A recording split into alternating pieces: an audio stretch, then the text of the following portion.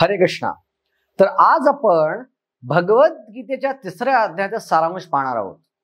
आता मागच्या वेळी आपण ऐकलं की 2ऱ्या अध्यायामध्ये अर्जुनाच्या सगळ्या कारणांचं निवारण जे आहे ते भगवंतांनी केलं होतं। त्याचबरोबर शाश्वत मार्ग कुठला आहे जीवनाचा, जो भक्ती मार्ग आहे तोही सांगितला होता। एका प्रकारे सगळी गीता संपली आहे 2ऱ्या अध्यायामध्ये।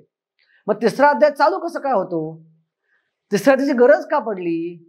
कारण का 2ऱ्या अध्यायाच्या श्लोक क्रमांक 47 आणि श्लोक क्रमांक 49 मध्ये अर्जुन अडकून पडला। काय सांगतो श्लोक क्रमांक 47?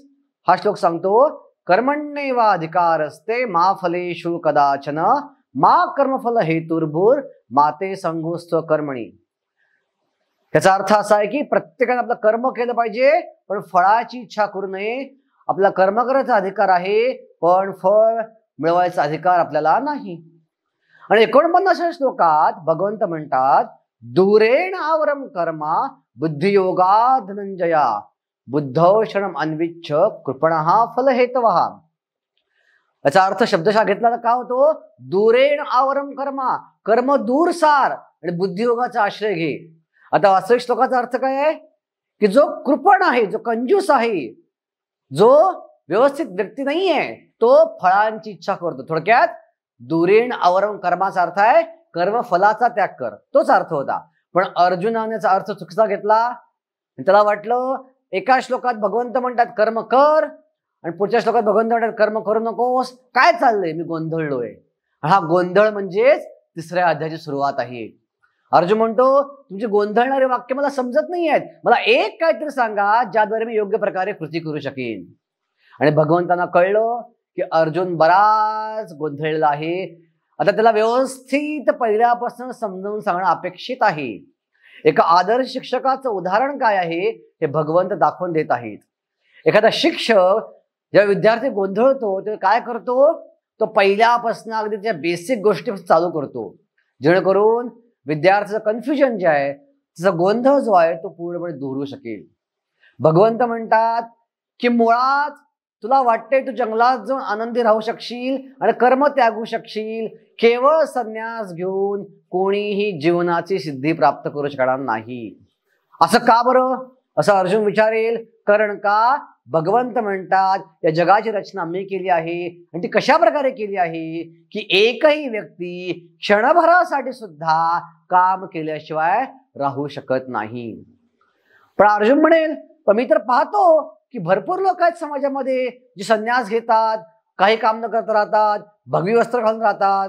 भगवंत म्हणतात जर अशी लोक संन्यास घेऊन राहिली पण मनामध्ये ते इंद्रिय भोगाचा विचार करू लागली तर ही लोक कोण आहेत? मिथ्याचारी, पाखंडी, भोंदू। आपण समाजात पाहतो भरपूर भोंदू लोक आहेत। ती काय करतात?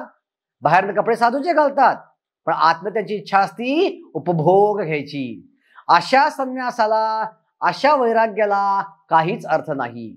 त्यापेक्षा रस्त्यावरचा झाडू मारणारा प्रामाणिक कामगार जो आहे तो चांगला आहे। जो प्रामाणिकपणे झाडू मारत आहे तो अशा भोंदू साधूपेक्षा चांगला। मग काय केलं पाहिजे? अर्जुन म्हणतो, भगवंत म्हणतात तू काम कर आणि काम करता करता इंद्रियांवर नियंत्रण ठेव। आणि असं जर तू केलंस तर तू हळूहळू हळू वैराग्यामध्ये प्रगती करशील। आपलं काम करायचं आहे, पण त्याच वेळी काम करताना फळाची इच्छा ठेवायची नाहीये। आपले इंद्रिय पूर्णपणे संयमित ठेवायचे आहेत, इंद्रिय वाहवत जाऊ द्यायचे नाहीयेत, नियमाद्वारे काम करायचं आहे। असा व्यक्ती जो आहे तो हळूहळू जीवनात प्रगती करू शकतो। पण अर्जुन म्हणतो समजा मी जंगलात गेलो राहिला तर काय समस्या आहे? मी न काम करता राहू शकेन ना आनंदानं। भगवंत म्हणतात जरी तू तसा राहिलास तरी तुला तुझ्या पोट भरण्यासाठी काम करावंच लागेल, तुला जेवण करावंच लागेल। जेवण करण्यासाठी तुला फळं उचलावी लागतील, पानं उचलावी लागतील। हे कर्मच आहे आणि अशा प्रकारच्या कर्माचा प्रतिक्रिया आहेच। आणि हा जो विभाग आहे, हा जो सेक्शन आहे, याचा सगळ्यात शेवटी भगवंत म्हणतात की जर तुला काम करत राहून कर्माच्या प्रतिक्रियेपासून मुक्त व्हायचं असेल तर काय करावं लागेल? खूप सुंदर श्लोक भगवंत म्हणतात, 9वा श्लोक 3रा अध्यायातला, यज्ञार्थात कर्मण अन्यत्र लोकोयम कर्म बंधनात तदर्थम कर्म कौंतेय मुक्त संगम समाचरात, की जो व्यक्ती यज्ञाच्या आनंदासाठी, यज्ञ म्हणजे कोण आहे, भगवंताच्या आनंदासाठी, यज्ञ पुरुष तर भगवंत आहेत, जो व्यक्ती भगवंताच्या आनंदासाठी काम करतो असा व्यक्ती जरी काम करतो तो पूर्णपणे पापापासून मुक्त होतो, कर्माच्या प्रतिक्रियेपासून मुक्त होतो. सो अर्जुन, तुझं कर्म आहे युद्ध करणं, पण ते युद्ध तू माझ्या आनंदासाठी, यज्ञाच्या आनंदासाठी कर. असं केलंस तर जरी तू युद्ध केलंस तरी युद्धाच्या प्रतिक्रियेपासून तू पूर्णपणे मुक्त होशील. जसं एक उदाहरण पाहू आपण.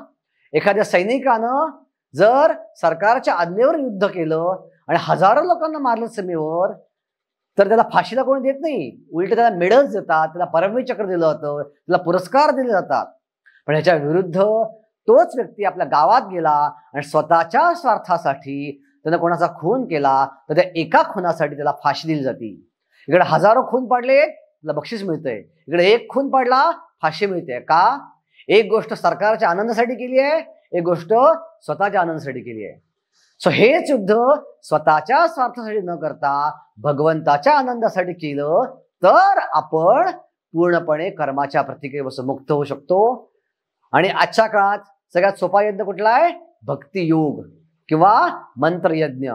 आपण जर केवळ रोजच्या रोज हरे कृष्णा कृष्णा कृष्णा हरे हरे, हरे राम राम राम हरे हरे या मंत्राचा जप केला तर आपण केलेलं प्रत्येक काम हे भगवंताच्या आनंदासाठी होऊन आपल्या केलेल्या कुठल्याच कामात आपण प्रतिक्रिया भोगत नाही, आपण सर्व प्रकारच्या पापापासून मुक्त होऊन शाश्वत आनंद भोगू शकतो.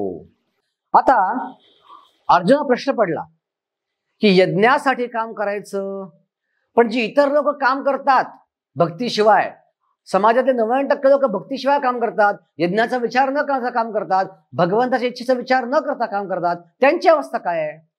सो भगवंत म्हणतात ही जी निर्मिती केली जे विश्वाची, या विश्वाच्या निर्मितीमध्ये सगळ्यात पहिला मी देवतांना निर्माण केलं आणि मग जीवानं निर्माण केलं. का बरं?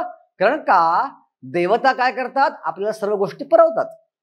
उदाहरणार्थ हा वारा वाहतो, ह्याला नियंत्रण करणारे एक देवता आहे. पाऊस पडतो, ह्याला नियंत्रण करणारे एक देवता आहे. बरेचदा पाहतो आपण ढग येतात पण पाऊस पडत नाही. का बरं? त्याला नियंत्रण करणारे एक देवता आहे. जर माणसानं जीवानं भक्ती केली नाही तर त्याला काय करणं अपेक्षित आहे? थोडं तरी पापांपासून मुक्त होण्यासाठी या देवतांशी सहकार्य करणं अपेक्षित आहे, देवतांसाठी यज्ञ करणं अपेक्षित आहे. भगवंतासाठी नाही तर देवतांसाठी तरी. कारण देवतांना आहुती अर्पण केली तर देवता खुश होतील आणि देवता आपल्या जगाला ज्या गोष्टी आवश्यक आहेत त्या गोष्टी ते आपल्याला प्रोव्हाइड करतील, आपल्याला देतील आणि मनुष्य या जगात काही काळासाठी का होईना आनंदानं जीवन जगू शकेल. पण जो व्यक्ती देवतांना यज्ञ करणार नाही, देवतांना आहुती देणार नाही, असा व्यक्ती चोर आहे आणि असा व्यक्ती नरकी यातना भोगील. पण निदान शाश्वत गोष्टी नाही, पण थोड्या काळासाठी जो तुला आनंदाने जीवन जगायचं आहे तरी पण यज्ञ करणं आवश्यक आहे. आणि मग अन्न तरी कसं मिळतं आपल्याला? भगवंत म्हणतात अन्नात भवन्ति भूतानि पर्जन्यात अन्न संभवात यज्ञात भवति पर्जन्यो यज्ञ कर्म समुद्भवात. मनुष्य अन्नाद्वारे जगतो, पण अन्न कसं येतं? पावसामुळे येतं. पाऊस कसा पडतो? यज्ञामुळे पाऊस पडतो. सो पाऊस पडण्यासाठी सुद्धा ज्यावेळी देवता खुश होतात त्यावेळी ढग आल्यावर ते बटन दाबतात आणि बटन दाबल्यावरती त्या ढगातनं पाऊस पडतो. अन्यथा ढग असले तरी पाऊस पडण्याची गॅरंटी नाही. म्हणून हा यज्ञ करणं अपेक्षित आहे. आता यज्ञ कसा निर्माण होतो? यज्ञ माणसाच्या कर्मात निर्माण होतो. कसं काय? का प्रत्येकाला त्याचं निहित कर्म आहे. एका ब्राह्मणाला त्याचं निहित कर्म आहे, एका क्षत्रियाला निहित कर्म आहे, एका वैश्याला निहित कर्म आहे, एका शूद्राला निहित कर्म आहे. आणि निहित कर्म करण्यासाठी त्याला अन्नाची गरज आहे आणि साहजिकच अन्नासाठी त्याला पाऊस पाहिजे आणि पावसासाठी यज्ञ करणं अपेक्षित आहे. म्हणजे अशा प्रकारच्या कर्मातनं यज्ञ निर्माण होतो. आता कर्म कशी सांगितली आहेत? कर्म वेदात सांगितले आहेत. आणि वेद कुठून आले आहेत? वेद भगवंताच्या मुखातून आले आहेत.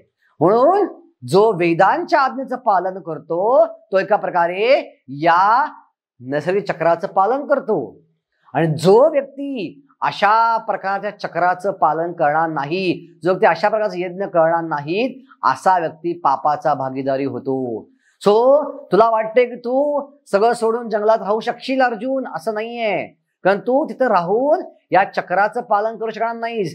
क्षत्रिय म्हणून तुझं कर्म करू शकणार नाहीस. आणि क्षत्रिय म्हणून कर्म न केल्यानं तुझं यज्ञ पूर्ण होणार नाही. यज्ञ पूर्ण झाल्यामुळं या सगळ्या गोष्टी तुला मिळणार नाहीत. आणि त्यामुळं एका प्रकारे तू पापाचा भागीदारी होशील. सो असं करण्यापेक्षा भगवंताची इच्छा आहे, तुझं क्षत्रिय म्हणून नेमून दिलेलं कर्म तू कर आणि त्या कर्माद्वारे माझी सेवा कर, भगवंताची सेवा कर आणि त्याद्वारे युद्ध करून पापाच्या प्रतिक्रियेतून मुक्त हो. सो आपणही जगात आपलं कर्म करणं अपेक्षित आहे, पण आपण अर्जुनाप्रमाणे भगवंताच्या इच्छेसाठी कर्म केलं. आणि ते करायची पद्धती काय आहे? रोजच्या रोज थोडा वेळ भगवंतासाठी दिला पाहिजे, भगवंतांना जोडलं पाहिजे. आणि ते जोडायची वायर कुठली आहे? रोजच्या रोज आपण थोडा वेळ तरी हरे कृष्णा कृष्णा कृष्णा हरे हरे, हरे राम राम राम हरे हरे या मंत्राचा जप केला पाहिजे. आता अर्जुनाला प्रश्न पडला, पण मी तर पाहतो की काही लोक अशी आहेत जे काम करत नाहीत आणि जी कर्माच्या प्रतिक्रियेपासून मुक्त असतात, जे आनंदी असतात, ज्यांचा चेहरा दुःखी पाहिला नाही मी आणि ज्यांना कोणी नरकात जाताना मी पाहिलेलं नाहीये, मग त्यांचं काय? भगवंत म्हणतात ते ज्ञानी लोक आहेत आणि ते ज्ञानी पातळीवर त्याला गुणवत्ता आहे, त्याला क्वालिफिकेशन आहे. काय क्वालिफिकेशन आहे? भगवंत म्हणतात यस्तु आत्मरतीर एव स्यात् आत्मतृप्तश्च मानवा आत्मानेवच संतुष्टा तस्य कार्यम न विद्यते. जो व्यक्ती आत्मानंद घेऊ शकतो, आत्म्यात आनंद घेऊ शकतो, ज्याला आनंदासाठी बाहेरनं अन्न मिळालं काय नाही मिळालं काय, बाहेर इतर गोष्टी मिळाल्या काय नाही मिळालं काय, याचा फरक पडत नाही, असा व्यक्ती आपलं काम सोडू शकतो. पण अर्जुना, तू त्या स्तरावर आहेस का? तेवढं हृदय शुद्धीकरण झालेलं आहे का? अजून तू झालेलं नाहीये तेवढ्या स्तरावरती. त्यामुळे तुझं अजून शुद्धीकरण झालं नसल्यामुळं तू जो आत्मानंद घेऊ शकत नाहीयेस, तेवढ्या वरच्या पातळीवर तू गेलेलं नाहीयेस, तेव्हा तुला काम करणं अपेक्षित आहे. त्यामुळे तू कसं काम कर? जरी अर्जुन तुला वाटलं की तुझ्या ज्ञानी स्तरावरती आहेस, तरी पण लोकांपुढे आदर्श ठाकून देण्यासाठी तू काम कर. तू काम सोडून देशील, लोकांना काय वाटेल, अरे अर्जुनासारखा योद्धा आपलं युद्ध सोडून देतो, चला मी पण माझं युद्ध करणार नाही. एक चुकीचा समज समाजात जाईल. समाजापुढे एक आदर्श तुला प्रस्थापित केला पाहिजे. जरी तुला असं वाटलं की तू ज्ञानी स्तरावरती आहेस, लोकांना आदर्श घालण्यासाठी की आदर्श क्षत्रिय कसा असतो तुला युद्ध करावं लागेल. आणि मग अर्जुनाच्या मनात प्रश्न पडतो, अरे असं कसं म्हणता तुम्ही? असा कोणी आदर्श आहे का समाजासमोर? आहे. माझे मागच्या अवतारात सासरे, मागच्या अवतारात मी राम म्हणून आलो होतो आणि माझी पत्नी सीता होती, सीतेचे वडील जनक महाराज हे जे होते, हे या प्रकारे त्यांनी आदर्श घालून दिला होता. ते राजा होते, ते एका प्रकारे आत्मपूर्ण वैराग्य होते, आत्मपूर्ण आनंद घेऊ शकत होते, ते घेत होते, तरी पण ते राजा म्हणून काम करत होते. कशासाठी? समाजापुढं एक आदर्श राजा कसा असतो हे दाखवून देण्यासाठी. आणि अर्जुन ते सोडून दे, मी स्वतः आदर्श आहे. मी कोण आहे? परमेश्वर आहे. परमेश्वराला, भगवंतांना काही काम असतं का? त्यांना काही कर्माची प्रतिक्रिया असते का? नाही. मला जगात कुठलंच काम बांधून ठेवू शकत नाही, मला कुठलंही काम करायची आवश्यकता नाही. का मी कोण आहे? आत्माराम आहे, आपचं काम आहे, मी आत्मानंद घेऊ शकतो, माझ्या सगळ्या इच्छा ऑटोमॅटिक पूर्ण होतात, मला काहीच करायची गरज नाहीये, तरी पण मी काम करतो या जगात अवतार घेऊन. का बरं? लोकांपुढे आदर्श घालून द्याला. का मी जर आदर्श घातला नाही तर हा सगळा समाज हा उलथापालथ होऊन जाईल, समाजाची सगळा समाज अस्ताव्यस्त होऊन जाईल, सगळा समाज हा वर्णसंकर होऊन जाईल आणि हा वर्णसंकर निर्माता कोण होईल? मी होईल. सो मला सुद्धा काम करावं लागतं. म्हणून अर्जुना, तू काय कर? लोकांपुढे आदर्श घालण्यासाठी काम कर. अन्यथा बरेचसे लोक जे जीवन जगतात त्यांना कळत नाहीये की ऍक्च्युअली ते जे काम करतायत त्यांच्याकडनं काम करून घेतलं जातंय प्रकृतीद्वारे. प्रकृते क्रियमाणानी गुणे कर्माने सर्वशः अहंकार विमूढात्मा करता अहमितीमध्ये. त्यांना कळतच नाहीये की प्रकृती माझ्यावर काम करतेय, प्रकृतीद्वारे प्रेरित होऊन मी काम करतोय, माझ्याकडे स्वतःची बुद्धीच नाहीये. मला ज्या प्रकारे गुण खेचतायत त्या प्रकारे मी काम करतोय. उदाहरणार्थ, एखादा बेवडा जरी असला, रात्रभर दारू पिऊन आला आणि झोपला, सकाळी उठल्यावर सत्वगुणाचा प्रभाव असतो हवेमध्ये, आणि जरी त्याची इच्छा नाहीये, साहजिकच हातात फुल घेऊन तो देवाला अर्पण करतो उठल्या उठल्या. का बरं? तो सकाळची वेळ आहे, त्यात सत्वगुण जास्त आहे आणि सत्वगुणाचा प्रभाव त्याच्यावरती आहे, त्यामुळं तो देवाला फूल अर्पण करत आहे. सत्वगुण, रजगुण आणि तमोगुण हे गुण आपल्यावर काम करत असतात आणि त्या गुणांच्या प्रभावाखाली व्यक्ती काम करतो. पण अहंकारावर त्याला काय वाटतं, मी काम करतोय. पण जो ज्ञानी व्यक्ती आहे त्याला काय माहित असतं, हे गुण काम करतायत, मी आत्मा आहे, माझ्यापासून मोकळा आहे, वेगळा आहे, ऍक्च्युअली मी काम करत नाहीये. त्यामुळे असा व्यक्ती अनासक्त राहतो, असा व्यक्ती गोष्टीमध्ये आसक्त होत नाही. मग आता अर्जुना प्रश्न पडला, हे अनासक्त व्हायचं कसं, एवढं सोपं नाहीये, काम केलं की आसक्ती येणारच. आणि त्यावेळी भगवंत म्हणतात की तू काम माझ्या आनंदासाठी कर, माझ्यासाठी कर, सर्व काही मला अर्पण कर आणि पूर्णपणे आशा रहित हो आणि युद्धास तयार हो. मयि सर्वाणि कर्माणि संन्यास आध्यात्म चेतसः निराशीर निर्ममो भूत्वा युद्धस्व विगतज्वरा. आणि जर या माझ्या म्हणण्याप्रमाणे तू काम केलंस तर तुला पाप लागणार नाही, पण ह्याच्या विरुद्ध जर तू काम केलंस आणि माझी ईर्ष्या केलीस तर मात्र तुझा विनाश निश्चित आहे. आणि आपल्या इच्छेविरुद्ध जाऊन कोणी काम करू शकत नाही, आपली इच्छा कोणी दाबू शकत नाही, आपला स्वभाव कोणी दाबू शकत नाही. स्वभावानुसार आपलं काम करावं लागतं. अर्जुन म्हणजे ह्याचा अर्थ काय, माझा स्वभाव आहे अनलिमिटेड एन्जॉय करायचा, तसं मी काम करू, नाही नाही नाही नाही, तसं म्हणत नाही मी. भगवंत म्हणतात कारण का राग म्हणजे आसक्ती आणि द्वेष म्हणजे क्रोध, या दोन गोष्टी ज्या आहेत किंवा ईर्ष्या, या दोन गोष्टी ज्या आहेत या आपल्या प्रगतीला खूप मोठ्या बाधा आहेत. तेव्हा स्वभावानुसार काम करणं म्हणजे अनियंत्रितपणे काम करणं नव्हे, आपल्या स्वभावाला योग्य प्रकारे दिशा देऊन आपल्या इच्छांचं आणि द्वेषाचं नियंत्रण करून आपलं काम केलं पाहिजे. आणि अशा प्रकारे स्वधर्मात स्थित राहून, स्वतः स्वभावात स्थित राहून, स्वतः वर्णाप्रमाणे काम करून काम केलंस तर तू प्रगती करशील. पण तुझा स्वभाव नाहीये, जे तुझं नैसर्गिक नाहीये, त्याच्याप्रमाणे काम करायला गेलंस तर ते तुझ्या नाशास कारणीभूत ठरेल. अशा प्रकारे भगवंत सांगतात तुझ्या स्वभावात राहून माझ्या आनंदासाठी तू जर काम केलंस, जरी तुला वाटतं की तू शुद्ध आहेस, तरी लोकांना आदर्श ठेवण्याचे काम केलंस तर तू परमसिद्धी प्राप्त करू शकशील. आता अर्जुना प्रश्न असा पडतोय की ठीक आहे, पटलं मला तुमचं म्हणणं की मला क्षत्रिय स्वभाव आहे आणि क्षत्रिय स्वभावानुसार मला काम केलं पाहिजे आणि ते काम तुमच्या आनंदासाठी केलं तर ते पापापासून मुक्त होऊन जाईल, अन्यथा ते बंधनास कारणीभूत ठरू शकेल. मला पटलं. पण कधी कधी असं होतं की इच्छा नसताना हातनं पाप घडतं. आपल्या सर्वांना असा अनुभव असेल, जो प्रत्येक दारुडा व्यक्ती असतो त्याला माहिती असतं की दारू पिणं चुकीचं आहे. सिगरेट ओढणाऱ्या प्रत्येक व्यक्तीला माहिती असतं की सिगरेट पिऊन कॅन्सर होऊ शकतो, तरी पण काहीतरी शक्ती असते ना, ओढली जाते सिगरेट पिण्याकडं, दारू पिण्याकडं. सो अर्जुन म्हणतो असं का घडतं, अथ केन प्रयुक्तोयम पापम चरते पौरुषः अनिच्छम अपि वार्ष्णेय बलात् इव नियोजिता. असं काय केल्यामुळे फोर्सफुली व्यक्ती पापामध्ये सहभागी होतो, त्याचं कारण काय असं. आणि भगवंत म्हणतात सगळ्यात मुख्य कारण आहे रजोगुण. रजोगुण म्हणजे काय, असा गुण ज्याद्वारे मनुष्याला फक्त इच्छा आहे, भरपूर इच्छा आहे उपभोग घ्यायची. आणि उपभोग घ्यायची इच्छेमुळे होतं काय, तो गाढवासारखं काम करतो. का इच्छा आहे तर उपभोग घ्यायचा तर पैसा पाहिजे आणि पैसा मिळवण्यासाठी याचा जो गाढवासारखं काम करतो किंवा वाईट कामात प्रयुक्त होतो.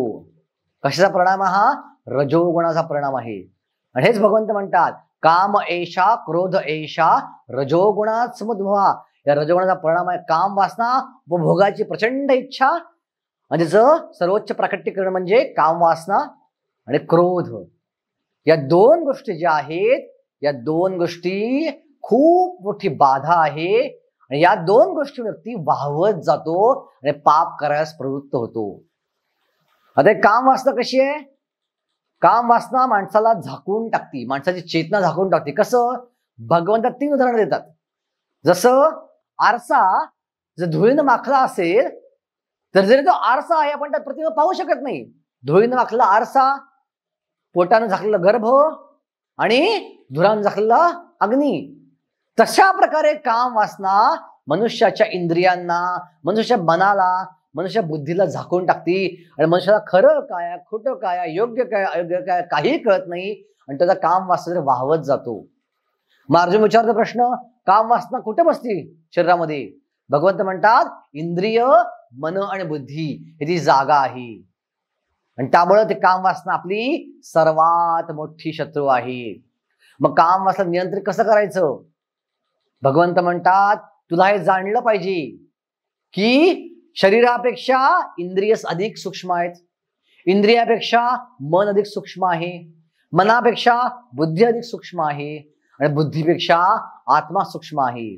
तू जर स्वतःला आत्म्याच्या स्तरात उन्नत केलंस, आत्मज्ञान प्राप्त केलंस, तर या आत्मज्ञानाद्वारे तुझी बुद्धी ही तीक्ष्ण होईल आणि तीक्ष्ण बुद्धीद्वारे तुझं मन आणि इंद्रिय तू संयमात ठेवू शकशील. आणि अशा प्रकारे काम वासने रूपी, रजोगुण रूपी जी महाभयंकर शत्रू आहे त्या शत्रूवरती तू विजय प्राप्त करू शकशील. सो जर तुला या शत्रू विजय प्राप्त करायचा आहे, तुला आत्मज्ञान प्राप्त केलं पाहिजे, आत्म्याच्या स्तरावर उन्नत केलं पाहिजे. जो हे जाणतो तो काम वासनेवर सहजगत्या विजय प्राप्त करू शकतो. इथं आपला 3रा अध्याय संपत आहे. धन्यवाद.